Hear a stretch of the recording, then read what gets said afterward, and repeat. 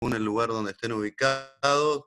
Eh, Hoy siguiendo con esta actividad que nos hemos propuesto desde que comenzó la cuarentena, de tratar de arrimar gente que nos pueda aportar algo en términos intelectuales, en términos políticos.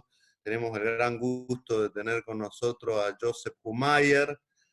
Joseph, si bien tiene un origen latino, se ha desarrollado toda su vida profesional en los Estados Unidos. Yo lo conocí hace ya mucho, debe hacer como 15 o 20 años, cuando él estaba en Atlas Foundation, allí trabajando junto a nuestro buen amigo que también estaba, bueno, que presidió Atlas durante mucho tiempo, Alex Chafuén. Joseph se fue volcando hasta convertirse en un experto, yo creo que uno de los principales expertos en seguridad hemisférica. Es realmente la persona que yo conozco que más sabe de estos temas. Siempre que hablo con él me quedo impresionado y desde luego preocupado, como seguramente nos vamos a quedar hoy después de escucharlo, ¿no? Eh, Hace unos meses estuve en Washington y me hizo como una presentación privada de lo que era el despliegue chino, ruso, y él le agregaba de otros países también, ¿no? De Irán, incluso de Turquía en la región. Pero claro, lo de China y Rusia fue muy impactante porque se trata de dos potencias muy importantes. En el caso chino, una potencia cada vez más gravitante, con mucha presencia en América Latina, mucha más de la que vemos. Y bueno, y ahora mismo en el eje de la tormenta, ya me va a gustar también preguntarle a Joseph sobre este tema puntual y sobre el rol que cree él que tuvo China en todo esto. Como mínimo sabemos que China, como mínimo, ¿no? Sabemos que China ocultó eh, el virus y su desarrollo, y que incluso hay algunas personas que hasta están desaparecidas, digamos, ¿no? A partir de esto, como mínimo, hasta otras teorías que son más peligrosas, ¿no? Pero bueno, le he pedido que nos cuente un poquito lo que está pasando con China en América Latina, lo que está pasando con Rusia en América Latina. Lo habitual, ustedes conocen este mecanismo, estas charlas duran 45 minutos, 50. Normalmente escuchamos unos 15 minutos, 20 a nuestro invitado, y luego yo voy moderando el debate, haciendo algunas preguntas, y ustedes también pueden participar y pueden, a través del chat, nos pueden hacer llegar nuestras inquietudes. Joseph, muchas gracias, es realmente un gusto encontrarte por esta vía. Sabes del aprecio y de la admiración que te tengo, y seguramente va, nos va a ilustrar y quizás a preocupar un poco más escucharte. Bueno, gracias Gerardo. Un gran gusto verte, un gran gusto estar con la Fundación Libertad, la Fundación FIL de España. Son dos fundaciones que yo conocí desde muy temprano y creo que son de los mejores que hay en el mundo realmente en promover ideas y debates y discusiones sobre la libertad, sobre los temas económicos, los temas políticos. Entonces es un gran honor, un gran gusto, Gerardo, estar con ustedes. Bueno, yo creo que más allá de la pandemia, no sé cuánto más miedo yo puedo inspirar. O sea, la pandemia realmente creo que ha despertado al mundo a dónde estamos hoy en día en el siglo XXI con este tipo de conflictos, porque realmente la pandemia, a pesar de ser un desafío de salud pública, también hay potencias que están manipulando las circunstancias por de medio. Mira, lo que me gustaría empezar, y yo a lo mejor no tomo todos los 15 minutos, pero porque quiero realmente tener una discusión, veo muchos invitados, muchos participantes de buen conocimiento, me gustaría tener una charla también, pero a lo mejor voy a empezar con un panorama un poco amplio desde la perspectiva de Estados Unidos, obviamente es el país de donde provengo, y después tocando los países uno por uno, Rusia, China, y si me permites agregar un poco Irán a eso, porque hoy en día creo que es un factor que entra en el juego y el ajedrez geopolítico que vemos en el mundo. Entonces, déjame empezar con una pregunta, lo cual es, ¿qué tipo de orden internacional existe hoy en día en el año 2020? Esa es la pregunta que todos los analistas de seguridad, los analistas que están trabajando en el Departamento de Defensa, en la Casa Blanca, en el Departamento de Estado, les tocó hacer hace 2 años atrás. Les tocó hacer esa pregunta porque cuando el presidente Trump entra a la presidencia, tiene que mirar al mundo y entender cuál es la realidad geopolítica y cuáles son las opciones que tenemos como Estados Unidos, conjunto con nuestros aliados a nivel internacional. Y lo que nos dimos cuenta es que, en pocas palabras y siendo muy directo, el mundo está un desastre. Claro que han habido muchas cosas buenas que han pasado en el mundo. Mi celular, hemos tenido avances tecnológicos que nunca creo que hubiéramos imaginado hace 20 años atrás.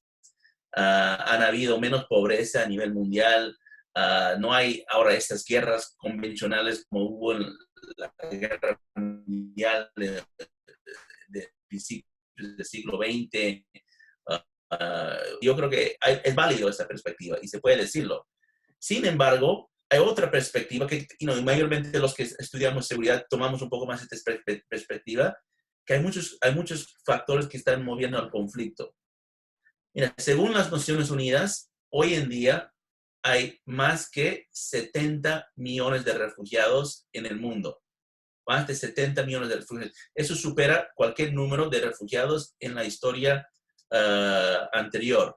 Hasta más de Segunda Guerra Mundial, obviamente el crecimiento de población juega un factor en eso, pero igual, o sea, tenemos 70 millones de refugiados, pero no tenemos guerras declaradas. O sea, tenemos una guerra de un país a otro país, como lo vimos en el siglo XX.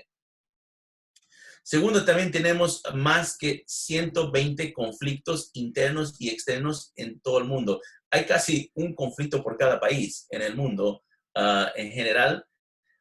Y eso es algo que está llevando al mundo a tener una destabilización mayor, a pesar de que hay un crecimiento económico que empezó el siglo XXI. A mí, 5 de estos conflictos en cualquier momento voy a llevar al mundo a una guerra mundial. Me refiero específicamente a Corea del Norte, en la crisis que está pasando justamente lo que ocurrió en las últimas semanas, si no sabía si murió Kim Jong-un, si estaba vivo, si tenía coronavirus. La incertidumbre de eso es un pánico porque debajo de Kim Jong-un hay un aparato militar que francamente son un poco agresivo, especialmente en el aspecto nuclear. Tienes a Ucrania, que ya hemos escuchado aquí en Estados Unidos, ya se ha escuchado más de Ucrania que hiciéramos en la vida. Se lanzó un impeachment contra el presidente Trump sobre este tema, porque es tan politizado el tema de Ucrania. Tienes a Yemen y Siria, donde tienes 2 guerras civiles, uno que tiene el más grande de refugiados del mundo, que es Siria, el otro tiene un alto número de desplazados, que es Yemen, y conflictos que son manejados naturalmente no por los actores internos de sus países, pero por los actores periféricos y en el exterior. En el caso de Yemen sería Arabia Saudita, Irán y Jordania.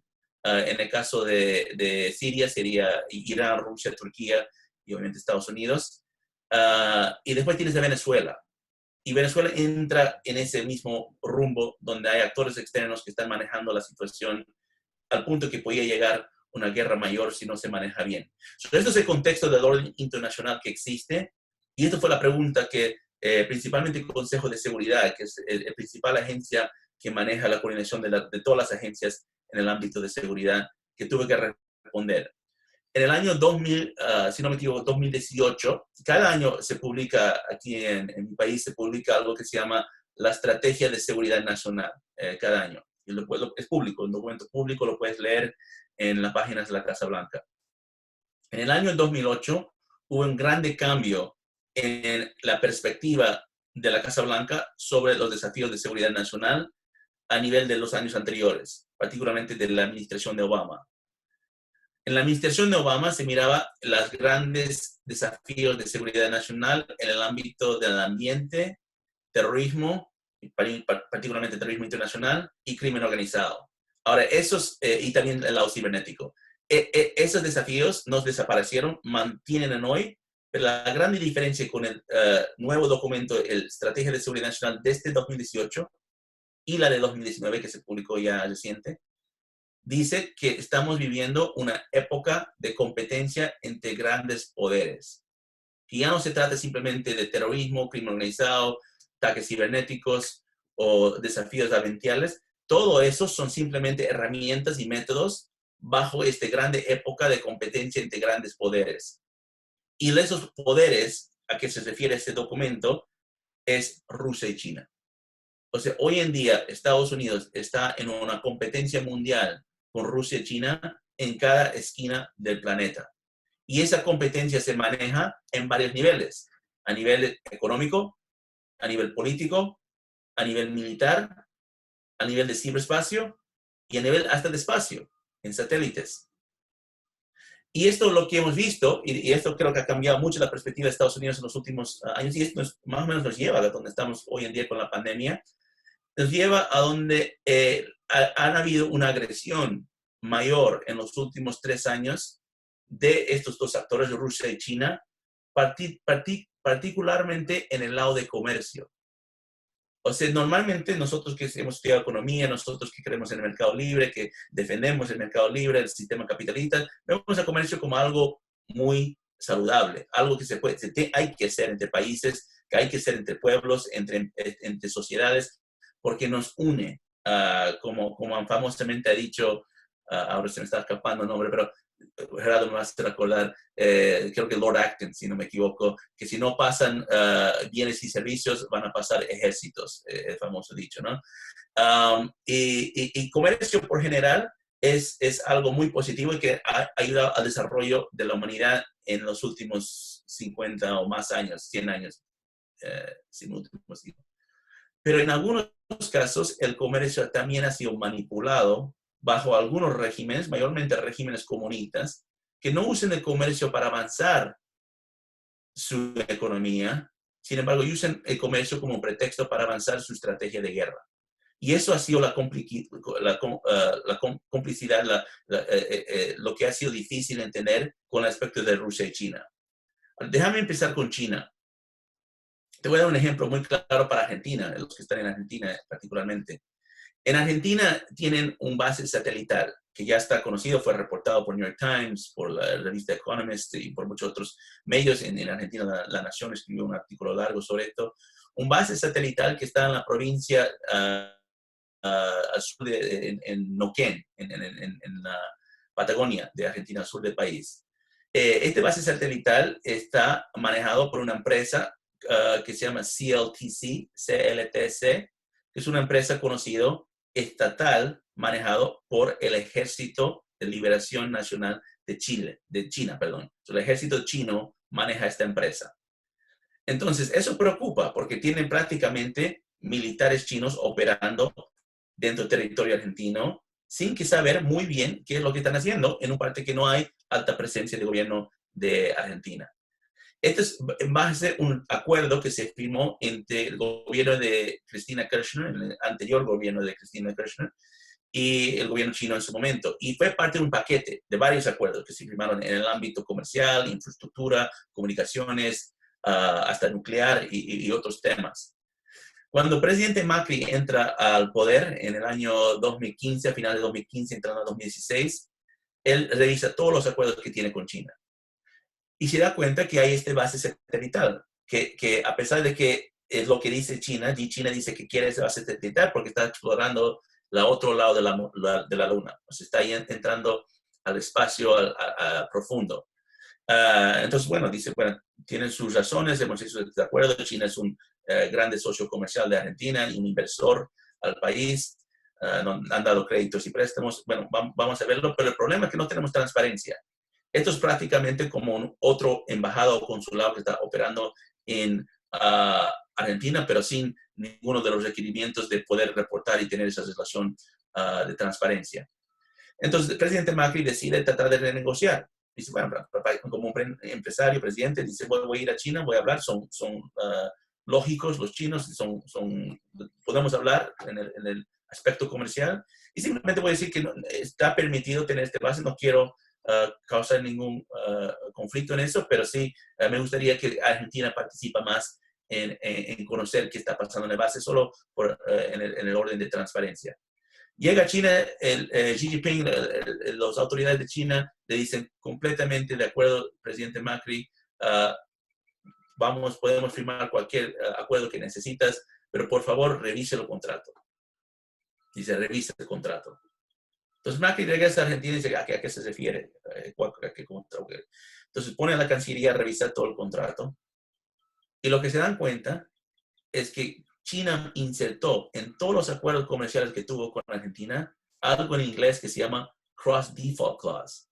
O sea, si tú tratas de renegociar un acuerdo, tienes que renegociar todos los acuerdos. Y no, eso no convenía a Argentina en ese momento, tratar de renegociar, por ejemplo, el proyecto de infraestructura en el Belgrano, en un momento donde su economía era mucho más débil de lo que era cuando inicialmente firmaron nuestros acuerdos. Entonces dijo, esto nos va a salir mal y no podemos hacer esto. Entonces ahora se quedan con este base militar sin saber exactamente qué es lo que está pasando.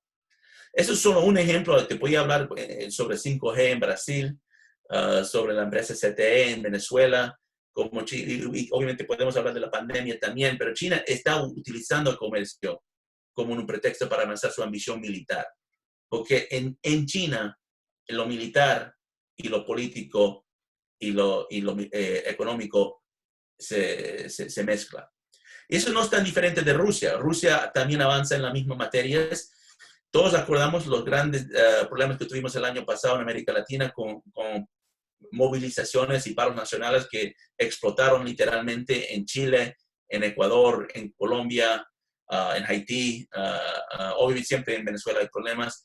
Pero cuando pasó esto, que pareció a primera vista ser espontáneo, orgánico, movilizaciones que eran bajo descontentos que hay por cada país, después, ahora, pasando toda esa experiencia prácticamente que empezó en septiembre del año pasado, de 2019, hasta fin de año, pero probablemente hasta diciembre de 2019, nos damos cuenta que no era tan espontáneo, que había una coordinación mayor, pero esta coordinación no pasó en el terreno, como antes en la Guerra Fría, donde había la embajada rusa o la embajada cubana que se estaban moviendo y pagando agentes. No había nada de eso, y por eso creo que muchos de los servicios de inteligencia se confundieron, porque no vieron la actividad en terreno, que es lo que hubieran visto en otras ocasiones para hacer una movilización mayor.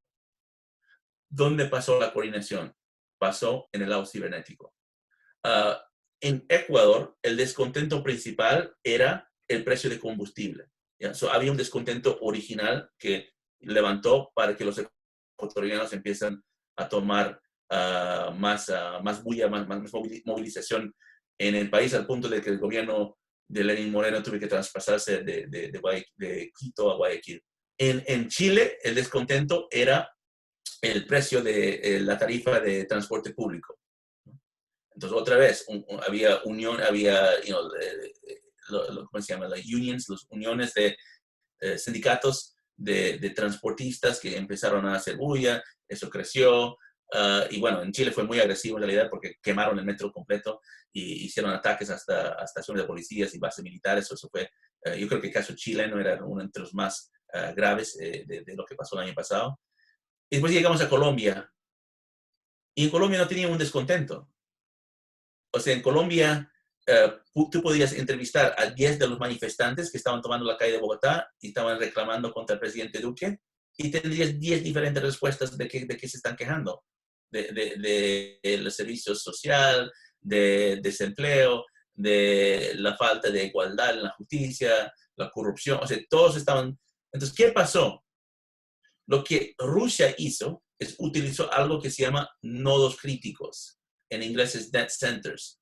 Para tomar el descontento de Ecuador, usar ese eco cibernético, traspasarlo a Chile para agrandar el descontento de Chile, aumentando el descontento original que tienen sobre transporte público, y después llevar todo esto a Colombia, al punto de donde llega a Colombia y el descontento ya está armado en el lado cibernético, pero nadie sabe por qué.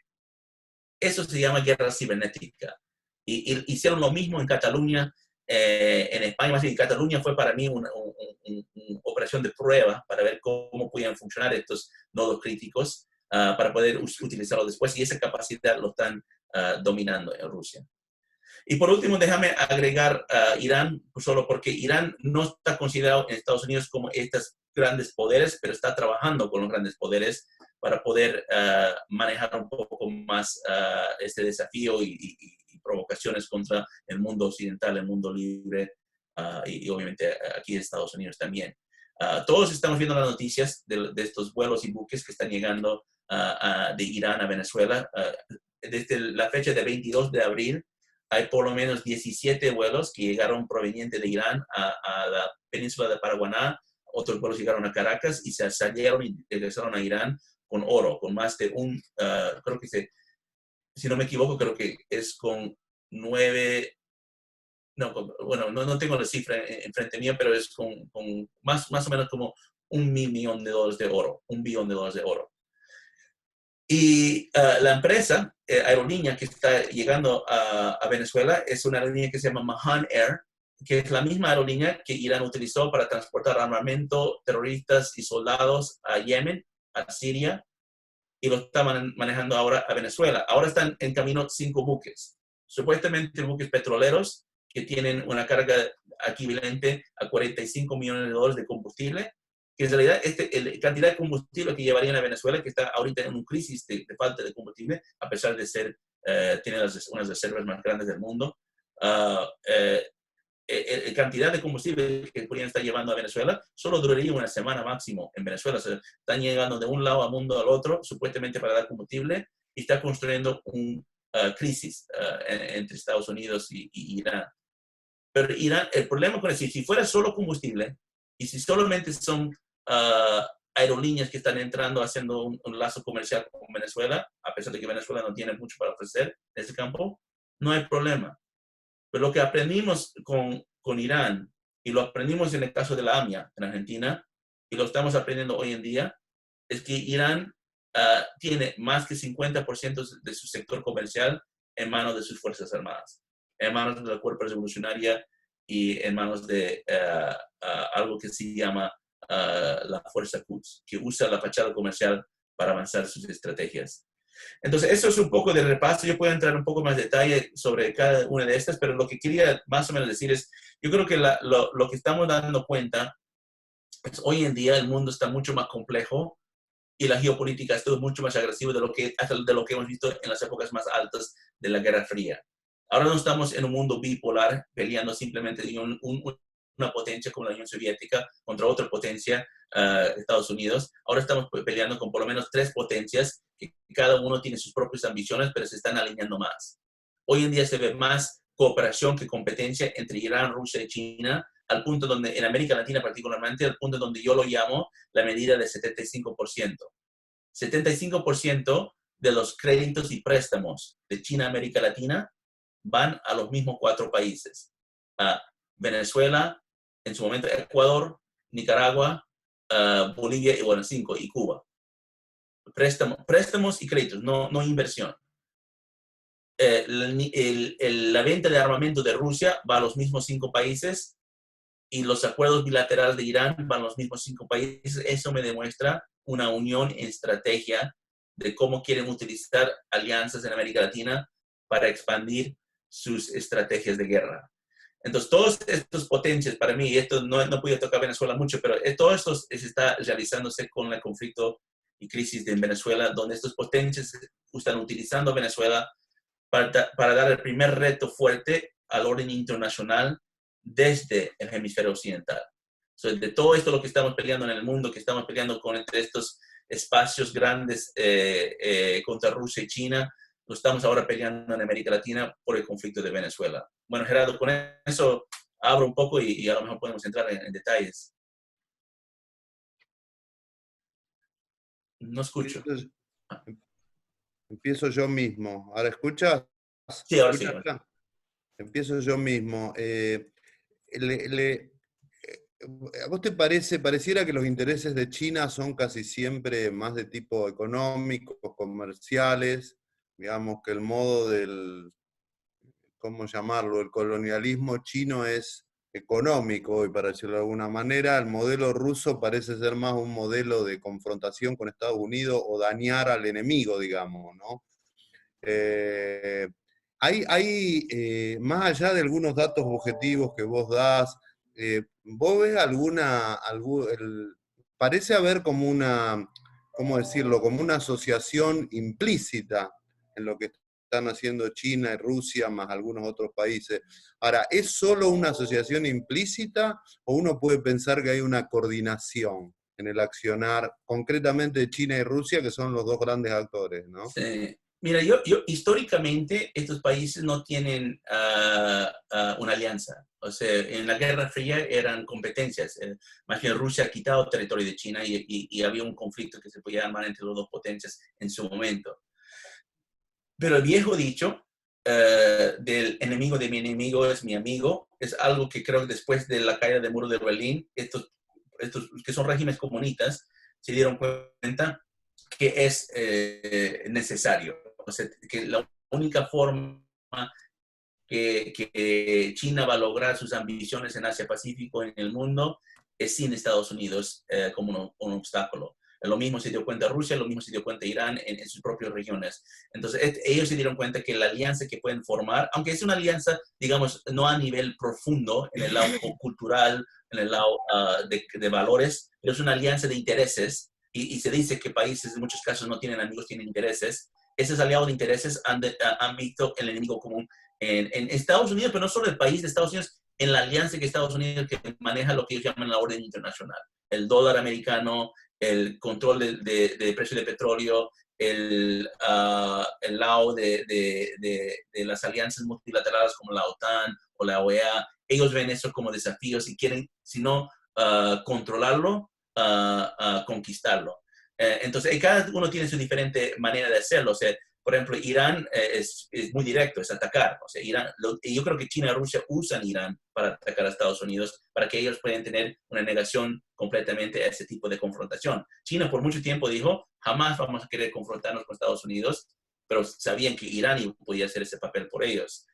Rusia trata de engañar, siempre. Siempre dice que vamos a negociar, vamos a tener diferentes tipos de diálogos, pero Rusia suele ser mucho de engaño. Se dicen una cosa y hacen otra cosa. Eso es claramente el caso de Venezuela.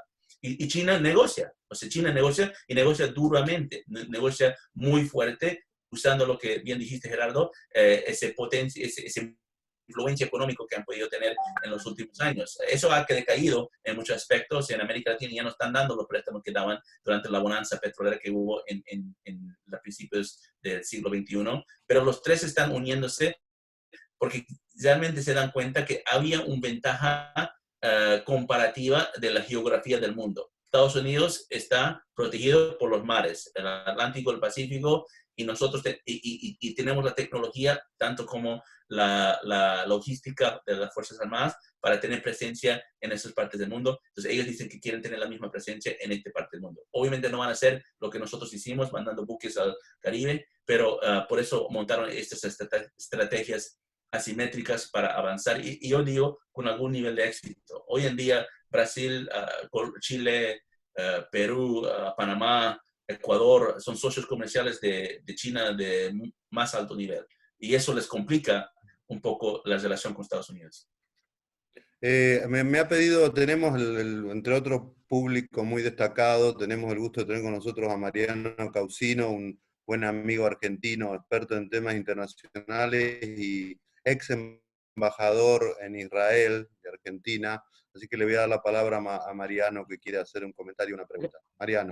Gracias, presidente, gracias, Gerardo. Y al orador, felicitaciones por su disertación. Quería preguntarle si podía ampliar un poco precisamente en esto que decía sobre lo que se podía. Hay mucha gente que sostiene que fueron errores de Occidente, de Estados Unidos en particular, sobre todo en la administración de Clinton, pero más en la de Bush hijo y en la primera parte del gobierno Obama, sobre, por ejemplo, hechos como la expansión de la OTAN y otras cosas que terminaron provocando a Rusia a acercarse a China y finalmente a lograr este acuerdo que en términos históricos es absolutamente inédito, porque las relaciones entre Rusia y China son relaciones muy complicadas. Lo mismo con Irán. Irán es un país que no hay que olvidar, es un país que siempre tuvo una relación complicadísima con Rusia, y realmente que hoy se haya logrado ese nivel de acuerdo entre esas potencias es en gran medida atribuible a los errores de Occidente.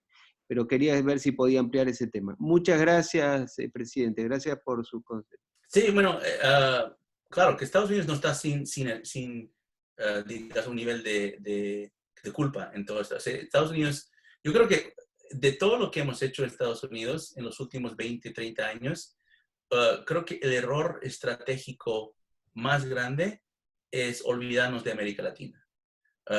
Los intereses en Europa, los intereses en Asia Pacífico, en Medio Oriente principalmente, donde hemos estado muy presentes en los últimos 20 años, son importantes. Son parte de la liderazgo que Estados Unidos ha asumido después de la caída de la Unión Soviética en 1990. Pero nunca nada es más importante de tu propio vecindario. Eso lo sabía Thomas Jefferson, eso lo sabían los fundadores del país, sabían que tener alianzas con otros países está bien, especialmente en el lado comercial, pero no meterse tanto en todos los asuntos del mundo y enfocar en su propio vecindario, porque eso tiene un impacto directo en la soberanía y el éxito de tu país. En los últimos 20, 30 años, yo diría por lo menos unos 30 años en realidad que hay que ir atrás en la historia para ver una política seria sobre América Latina, prácticamente nos fuimos vendidos una imagen de América Latina que no fue cierto. Muchos en Washington hablaban de América Latina como una región pacífica. Una región pacífica que no está involucrada en estos grandes conflictos de terrorismo o grandes conflictos de las mafias o el crecimiento de el conflicto de Rusia con OTAN o el conflicto de Rusia con el lugar báltico. Entonces se vendió que América Latina estaba muy lejano de todo eso. Es una región pacífico donde se puede hacer comercio y no pasa nada. Entonces Estados Unidos dijo, bueno, América Latina está prácticamente tranquilo, entonces nos vamos a enfocar en donde hay los fuegos, o como dice un amigo en la Fuerza Especial, me dice que siempre que yo entraba al Pentágono a dar unos briefings, me decía, bueno, Joseph, tú siempre vienes con dolores de cabeza de lo que está pasando en América Latina, pero tenemos migrañas en el Medio Oriente, o sea, tenemos que atender a lo que está realmente provocando los conflictos en este momento. Pero yo siempre les hacía el recuerdo que los dolores de cabeza se convierten en migrañas si no los atiendes. O sea, esto es el problema que estamos realizando aquí en la región. No, a pesar de que las cifras nunca mostraron que América Latina era tan pacífico. América Latina es por lo menos 13% de la población mundial, más o menos, pero 33% de los homicidios. Siempre hubo homicidios grandes en América Latina, El Salvador, el Triángulo Norte, ahora Venezuela. Combinando Venezuela y Centroamérica, ahora tienes los más altas tasas de refugiados en el mundo. O sea, ¿dónde está la tranquilidad? Es lo que me refiero, ¿no? Entonces yo creo que negar a la región como alta prioridad en la política exterior de Estados Unidos ha dejado un vacío, más allá de cualquier otra política que hemos podido hacer, que ha sido llenado. O sea, eso el vacío no fue sin ninguna consecuencia. Y para mí Venezuela es esa consecuencia. Venezuela es la falta de tener una coherencia y política sobre algo que es mucho más complejo que lo que les dimos crédito y ahora está provocando, tal vez, entre todos esos conflictos que mencioné anteriormente, tal vez el más complicado del mundo. No sé si eso más o menos entre preguntas. Sí, muchas gracias, Joseph. Hay varias preguntas y comentarios sobre cómo están las alianzas de Estados Unidos de cara a este enfrentamiento, para llamarlo de alguna manera. ¿Tiene realmente hoy día Estados Unidos con Trump como presidente aliados incondicionales o aliados con los que pueda contar? Sí, claro que sí. Tenemos alianzas fuertes, pero yo creo que lo que Trump ha hecho, lo que el presidente Trump ha hecho, lo que yo he visto el cambio, son en el marco de dos aspectos de la política exterior de Estados Unidos. Uno es en la perspectiva sobre el multilateralismo contra digamos, las relaciones bilaterales. Entonces, el presidente Trump creo que vio una preferencia de la relación bilateral porque es más fácil negociar. O sea, cuando entran más agencias, entran más países a un acuerdo, se complica ese propio acuerdo. O sea, todos que estudian libre comercio entienden esto. O sea, cuando había acuerdos de libre comercio con varios países, esos acuerdos resultaban ser no acuerdos de libre comercio, pero de comercio manejado por intereses especiales de cada país. O sea, eso se convierte en mucho más complicado. Entonces, el presidente Trump ha cambiado el órbito de la política exterior de Estados Unidos, particularmente en el lado económico, a preferir acuerdos bilaterales y eso parece ser que está con menos alianzas. Sin embargo, ha crecido muchas alianzas con muchos países como en Hungría, como en Polonia, como en Israel, como en Arabia Saudita, como en América Latina en propio. Estamos con un programa que se llama América Crece, que es una serie de acuerdos comerciales en el lado de infraestructura y energía, de preferencia con algún país, que ya se firmó con 7 países, si no me equivoco. Entonces yo creo que en ese aspecto tiene alianzas, pero todavía yo creo que donde nos falta un poco en la parte de alianzas a nivel internacional es capacitar a nuestros aliados a un nivel donde realmente son aliados. Y ahí que voy a ir a la región, América Latina. Uno de nuestros principales aliados en toda América Latina es Colombia. Y ha sido Colombia por mucho tiempo, en el lado comercial, en el lado de seguridad, en el lado de defensa militar. El presidente Álvaro Uribe ha sido uno de los más grandes amigos de Estados Unidos y durante su mandato prácticamente institucionalizó, que existía antes también de Uribe, pero con Pastrana y pero institucionalizó con el Plan Colombia una forma de cooperar de una forma mayor. Pero lo que pasa es que en todo ese tiempo que hemos tenido esta alianza mayor, donde invitamos a Colombia a ser miembro como amigo o aliado de la OTAN, donde ellos pueden participar en algunas de las reuniones de OTAN, no hemos capacitado, ayudado a dar la capacitación a Colombia para que ellos entiendan el mundo, por lo menos de la perspectiva que nosotros lo vemos. Si vas a Colombia en este momento y hablas de Rusia, no hay grandes discusiones de cómo Rusia está operando a nivel internacional, o de China, o de todas esas potencias que estamos hablando hoy en día. Y eso es un problema. Si tus aliados no entienden, o por lo menos tienen su propia perspectiva sobre la geopolítica, entonces tú entras en una discusión donde más o menos estás dando tu perspectiva, estás imponiendo tu perspectiva y no estás compartiendo los conocimientos. Y eso es lo que ha pasado. Se trató de corregir eso, pero hoy en día el ataque a las instituciones que hay en Colombia por fuerzas internas del país, tanto como fuerzas externas, principalmente su vecino Venezuela, es mayor. Y yo creo que en este momento la institucionalidad de Colombia está en su momento más crítico. Y eso se puede replicar en muchos de esos países de América Latina, en Brasil, Chile, que, bueno, tú, Gerardo, tú conoces mejor que nadie, que uno de los países que siempre usamos como el ejemplo de América Latina, de que sí se puede crecer económicamente a un nivel de superior, donde se puede mirar como ya no un país subdesarrollado, y Chile está ahorita completamente bajo ataque institucional. Entonces, yo creo que Estados Unidos debía hacer más, no solo para tener alianzas, pero capacitar a nuestros aliados en materias que nosotros tenemos, digamos, un poco más conocimiento, que es la geopolítica. Tengo varias preguntas sobre el tema de Venezuela puntualmente y que varias veces Trump insinuó la posibilidad incluso de una intervención, ¿no? Sí. Y mucha gente cree que, bueno, que lamentablemente esto por las buenas Maduro no se va a ir, ¿no? Sino que tiene que tener una fuerte presión todavía mayor que la que ha tenido, ¿no? Que ha sido muy fuerte, por cierto, ¿no? ¿Cómo ves este tema? ¿Cómo ves el rol de Estados Unidos? Sí.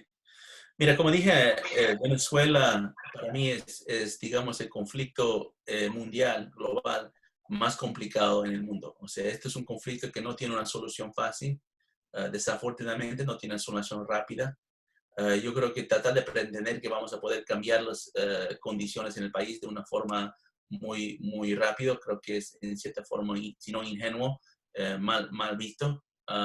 Entiendo la retórica del presidente porque en este momento cuando empezó sobre decir que todas las opciones están sobre la mesa en Venezuela, es más que todo una medida psicológica para que el enemigo, en este caso el régimen de Maduro, no entiende realmente lo que vas a hacer. Y eso el presidente Trump ha sido muy eficiente en siempre no revelar los planes, o sea, ser de cierta forma incalculable. Nadie sabe realmente lo que va a hacer y eso tiene una ventaja en ese tipo de conflictos, pero también abre espacios para que gente piense o percibe que va a haber una acción militar mayor, una invasión o un tipo de ataque convencional de parte de Estados Unidos para derrocar a Maduro.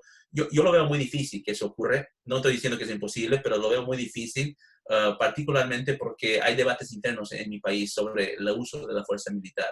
Yo soy de la opinión, personalmente, de la opinión que el uso de la fuerza militar convencional, yo entiendo la desesperación de los venezolanos, yo entiendo de, prácticamente cualquier negociación fracasa con Maduro, Maduro, y solamente ha utilizado para alargar los tiempos y bueno, favorecer su posición de poder en Miraflores. Sin embargo, el tipo de conflicto que es Venezuela, naturalmente, un conflicto asimétrico, naturalmente está bien armado para poder usar cualquier tipo de fuerza convencional militar en su contra. O sea, si tratamos de usar fuerza convencional, es posible que derrocamos Maduro, como derrocamos a Saddam Hussein en Irak. Pero lo que viene después va a ser un conflicto mucho más complicado que Irak y algo donde Estados Unidos va a pedir legitimidad a nivel internacional como no hemos visto en este siglo. Venezuela es complicado. Lo que más parece Venezuela en el mundo hoy en día es Siria. Hay conexiones entre Siria y Venezuela que en el marco histórico, en el marco migratorio, que nos ayudan a entender qué realmente es la complejidad de Venezuela. Y yo creo que tenemos que aprender lo que está pasando y lo que pasó en Siria. Siria está ya bajo 8 o 9 años de guerra civil. Y lo que aprendimos en Siria fue, después de 8 o 9 años, es que un débil Bashar al-Assad, que es el dictador de Siria, un débil Bashar al-Assad no necesariamente es un Bashar al-Assad fácil de sacar del poder. Y le hemos debilitado con muchos aspectos, sanciones, presión máxima, todo, más o menos todo lo que hemos hecho en Venezuela lo ha hecho Siria anteriormente. Lo que pasó es que un débil Bashar al-Assad se ha vuelto a ser no un Bashar al-Assad fácil sacar del poder, sin embargo, un Bashar al-Assad más fácil controlado por actores externos. Entró Irán, entró Hezbollah, entró Rusia, ahora en Turquía. Ahora, al punto que si Estados Unidos se mete en ese conflicto, es para estar involucrado en una guerra periférica que no hay salida. Entonces, por eso el presidente Trump ha preferido no meterse en Siria. Esa es la lección que se está aprendiendo en Venezuela. Dime, Gerardo. Joseph, nuestro amigo Ricardo Vega Llona, que es miembro del Consejo Empresario de la FIL, bueno, felicita por la presentación. Dice, las inversiones de China tienen siempre una motivación geopolítica, lo que hace muy complicado competir para las empresas que por lógica buscan rendimiento económico. Claro, sí, es así. Y yo vinculo esto con lo de Argentina, ¿no? Argentina, que tú mencionaste, hay una base en la provincia de Neuquén, una base que se hizo con un acuerdo completamente secreto, hermético, nadie sabía bien ese acuerdo que hizo el kirchnerismo con China, lo que traía adentro, supuestamente es una base satelital o algo así, pero la verdad es que nadie sabe bien lo que hay ahí adentro, ¿no? Sí. Y el gobierno, tengo alguna información de que el gobierno de Macri trató de abrir ese paquete, digamos así, de revisar ese contrato, y bueno, ahí estaba esa famosa cláusula que vos mencionaste, pero claro, además y acá vinculo con lo que dijo Vega Llona, todo el peso económico que te ponen los chinos arriba de la mesa, que te dicen, bueno, esto es todo el paquete, ¿no? Y claro, y obviamente nuestros países son países que viven muchas penurias económicas y que entonces a veces terminan dependiendo de eso, ¿no? Sí, no, yo estoy completamente de acuerdo con eso. China es digamos, hay un libro que yo sugiero que todos deben leer. Es un libro antiguo, pero que tiene peso hoy en día, especialmente con lo que estamos viviendo con la pandemia. Se llama en inglés, lo tengo ahí atrás, no sé si lo ven, pero se llama Unrestricted Warfare, Guerra Irrestricta. Es un libro que fue escrito por 2 coroneles del ejército chino en el año 1999, donde ellos dicen en este texto, y este texto fue un ensayo que escribieron justamente para la doctrina de la guerra asimétrica de China, que después fue traducido a inglés y a otros idiomas por la inteligencia militar de Estados Unidos y después recopilado y publicado en un libro en el año en 2001. Y este libro prácticamente dice que China va a usar su economía y su comercio para avanzar su estrategia de guerra y su ambición militar. Que China no separa los dos. Que China tiene ambiciones de conquista mundial, pero no lo va a hacer con fuerza militar, lo va a hacer con toda la debilidad que ellos ven. Ellos ven a Estados Unidos débil en esta materia, débil en el lado comercial, débil en el lado asimétrico. Entonces, desde ese momento desarrollaron, pero grande parte de esa estrategia, por lo menos en la parte inicial de, digamos, de 2000 hasta 2010 más o menos, era usar la propaganda, la desinformación, la contrainteligencia para convencer al mundo que simplemente China tiene intereses económicos, más nada. Eso fue el propósito. Hasta querían cambiar el símbolo del dragón al símbolo del panda para mostrar un China más liviano, un China más diplomático, no un China agresivo. Entonces querían manejar este tipo de propaganda y yo creo que tuvo éxito, especialmente en América Latina. Un gran éxito. La gente dijo, China jamás va a atacar, China jamás va a provocar. Y lo que estamos viendo hoy en día es que China está movilizando. Estos vuelos iraníes que están llegando a Venezuela, la ruta original no es solo Irán-Venezuela, es Irán a China. Mahan Air va Irán a China, regresa a Irán, después va a Siria y Yemen y otros van a Venezuela. O sea, China se ha vuelto en una amenaza mayor para todo el mundo. Aquí veo que me están pidiendo repetir el nombre del libro.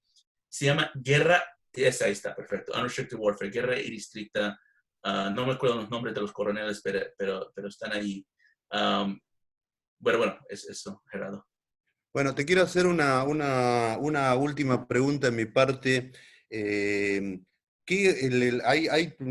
Sobre el rol de China con el coronavirus, digamos, hay una amplia gama de comentarios y de posibilidades. Lo que sí sabemos al menos es que se ocultó la existencia de este virus, que según todas las semipruebas que hay comenzó en diciembre.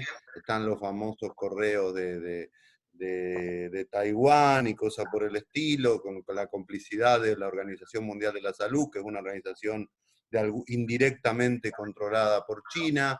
Bueno, eso lo sabemos, digamos, eso es un hecho, que el Partido Comunista Chino ocultó la existencia del virus y por ende es cómplice o es responsable de la propagación del virus, ¿no?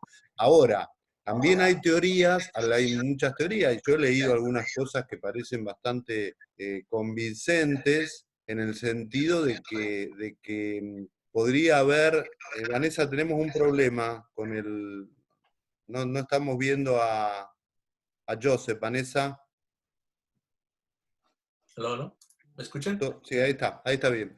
No, decía que hay gente, bueno, hay toda una teoría muy difundida de que el virus no surgió como dicen en el mercado, sino que es un virus sintético que surgió de un laboratorio y que se escapó por error. Y bueno, y hasta allá hay teorías completamente, no sé llamarla conspirativas o que van más allá, que dicen que esto fue una cosa deliberada de China, ¿no? Entonces, ¿dónde te parás vos ahí en esta amplia gama de opiniones que se vierten, ¿no? ¿Cuál sería tu criterio? Sí, claro, mira, la razón que hay teorías de conspiración sobre virus, que siempre va a existir teorías de conspiración, pero la razón principal que esas teorías están subiendo a grandes conciencias al público es porque China no deja saber qué realmente pasó. Cuando no tienes información es cuando entra la teoría de conspiración, porque tienes que inventar prácticamente tu propia explicación. Y 5 meses después de que el mundo se despertó a saber que hay un nuevo coronavirus, el COVID-19, no sabemos el origen, no sabemos el paciente cero, no sé si pasó en diciembre, si pasó en noviembre o hasta más antes. Esa información es completamente secreta y clasificada. Yo creo que hoy en día lo que está pasando, China compró tiempo, no sabemos si compró 1 mes, 2 meses o 3 meses, pero compró tiempo desde el momento que supo que el virus existe al momento que lo admitió el 20 de enero, cuando Xi Jinping recién habló por primera vez de virus, compró tiempo para lanzar propaganda, porque ellos querían usar el virus como una manera de propaganda, como un método de ataque económico a las economías del mundo. Y esto va dentro de la estrategia grande de cambiar el orden mundial, porque para China es muy importante debilitar el mundo económico del mundo para que la economía china se vea más fortalecida, porque la economía china se estaba decayendo. Y obviamente el virus les pegó a ellos también y su economía también, pero tienen contingencias, han podido planificar en cierta forma para esto. China está ahorita en el momento más crítico de su vida, realmente, porque estos de momento se van a imponer su forma de ver el mundo, se van a imponer su sistema de gobernación, es ahora o nunca, va a funcionar ahora o nunca más va a funcionar, porque lo que aprovecharon es el falta de conocimiento del virus, porque todos tuvimos miedo, y en muchos casos todos tenemos miedo todavía de este virus nuevo, porque siempre tenemos miedo de algo que es desconocido, de algo que no estamos conociendo, y estamos conociendo el virus por primera vez. Y todos tuvimos que aprender sobre este virus en tiempo real. Pero hay algunas buenas noticias, y no quiero disminuir los muertos. Hay hay 324.000 muertos de este virus en el mundo y eso es una tragedia a nivel global. Pero las buenas noticias son, lo que aprendimos, que el porcentaje de recuperación del virus es por lo menos 97%, aunque es mucho. La tasa de mortalidad real, no la tasa de mortalidad de casos infectados, pero la tasa de mortalidad real es probablemente menor que 1% según estudios médicos. Y las pruebas de anticuerpos nos están mostrando que la gran mayoría de personas que se han infectado con este virus son asintomáticos, que no muestran síntomas. En Alemania hicieron un estudio donde muestra de 1 de cada 1000 personas tienen síntomas que se quiere ir al hospital. Pero lo que pasa es que nunca hemos estado en esta situación donde hay un virus tan nuevo con alto contagio que no hemos visto y nadie se acostumbra a ver, como en Estados Unidos, 90.000 muertos en la pantalla de televisión o 320.000 muertos a nivel mundial. Pero este nivel de muertos sucede. O sea, si miramos enfermedades cardíacas, diabetes, hay este nivel de muertos, pero no lo vemos diario. Entonces, China aprovechó ese tipo de momento. Pero déjame concluir, si me dejas Gerardo, con un poco de más optimismo, porque yo creo que China va a fallar en esta tarea.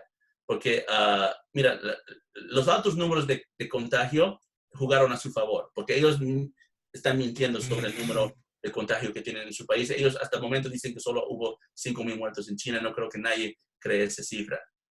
Pero, claro, esto le ha dado herramientas para que China aumente su propaganda y por un tiempo Estados Unidos va a ser criticado fuertemente en la comunidad internacional y en la prensa.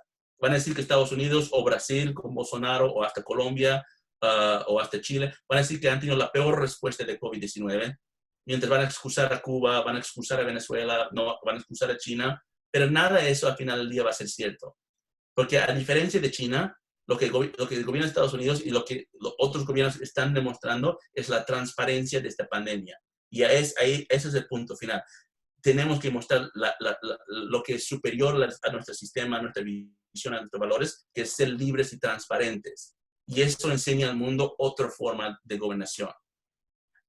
Y con el tiempo el mundo va a apreciar eso. Va a apreciar las ruedas de prensa que se hizo en la Casa Blanca todos los días por casi 2 meses, invitando periodistas, mientras el Partido Comunista de China expulsaba a periodistas internacionales de su país. Porque en Estados Unidos no cubrimos y no vamos a cubrir la parte fea de la pandemia. Nunca vamos a decir que detuvimos la infección o encontramos una vacuna cuando no pasó. Y yo creo que esto nos va a llevar a nuestros valores otra vez, recordando que aquí en Estados Unidos o en todo el mundo, en realidad, la independencia, la libertad de expresión y libertad individual son los principios tan esenciales en un momento como este que todos tienen que entender que supera el miedo. Que llegamos a ser superpotencia no porque inspiramos miedo como China, porque inspiramos la libertad. Y yo no creo que China y Estados Unidos realmente en este nivel estamos igual. Y no hay una crisis de gobernanza, una crisis de capitalismo. Realmente hay una crisis de comunismo, porque el comunismo falló otra vez a la humanidad y el mundo se está dando cuenta. Que mucho de lo que habló China es prácticamente un mito chino y eso se está acabando. Un cuento chino, me gustó lo de un cuento chino. Joseph, muchísimas gracias. La verdad que siempre es muy útil escucharte. Así que te agradecemos mucho, te damos un aplauso virtual a la distancia y espero seguir en contacto y ojalá pueda visitarte pronto en Washington como lo hago habitualmente, como lo he hecho habitualmente durante todos estos años y ojalá podamos hacerlo pronto nuevo. Sí. Bueno, gracias a todos, gracias a ti Gerardo, otra vez un gusto, un honor y seguramente nos vamos a ver muy pronto y hasta la próxima. Muchas gracias.